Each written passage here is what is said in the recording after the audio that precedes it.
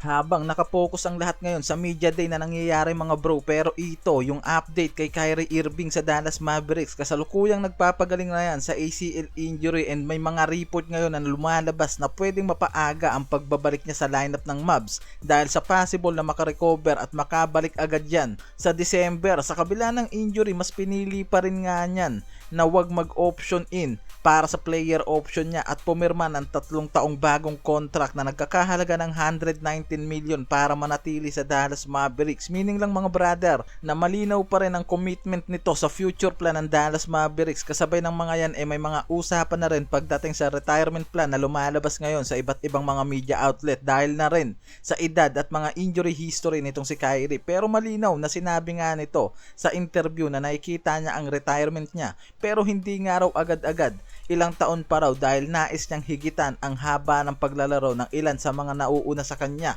na kayang maglaro ng 18 to 19 or 20 years tulad na lang nga dito kay Lolo Bron. So talagang aasahan na natin ngayon na hindi rin agad-agad mawawala sa NBA itong si Kyrie, lalo na ang mga analyst wala pa rin nga raw nakikita na kayang pumalit dito kay Kyrie Irving. So ito na rin ang update dito kay Anthony Davis dahil ayon mismo sa mga report, nagsimula na itong si AD na magsuot ng eyewear protection kahit sa mga training workout session para masanay ng araw ito dahil inaasahan nga na buong karir niya na gagamitin at kakailanganin ang eyewear protection dahil base sa isang article na nilabas ng Dallas Morning News, sinabi niya na ang pagbabago ng pagsusuot na ito ay protective eyewear, isang mandate mula sa kanyang doktor kasunod ng natural surgical procedure sa retina ng kanyang mata na inoperahan ngayong off-season na to. Dahil dito, ang pagsusuot ng protective eyewear nitong si Davis isang preventive measure para maiwasan lalo yung karagdagang injury na pwede niya pang makuha o malagay pa siya sa alanganin lalo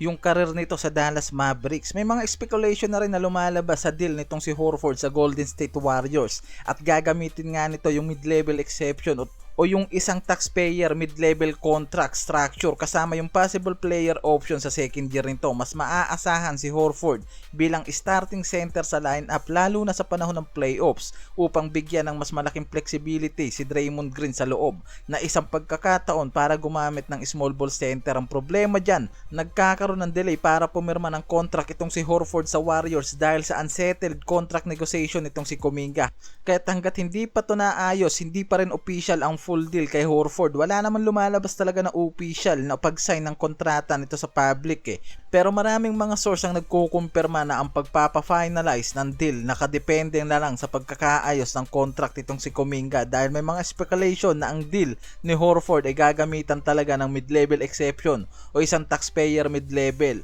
sa kasama ang possible na player option sa second year niya.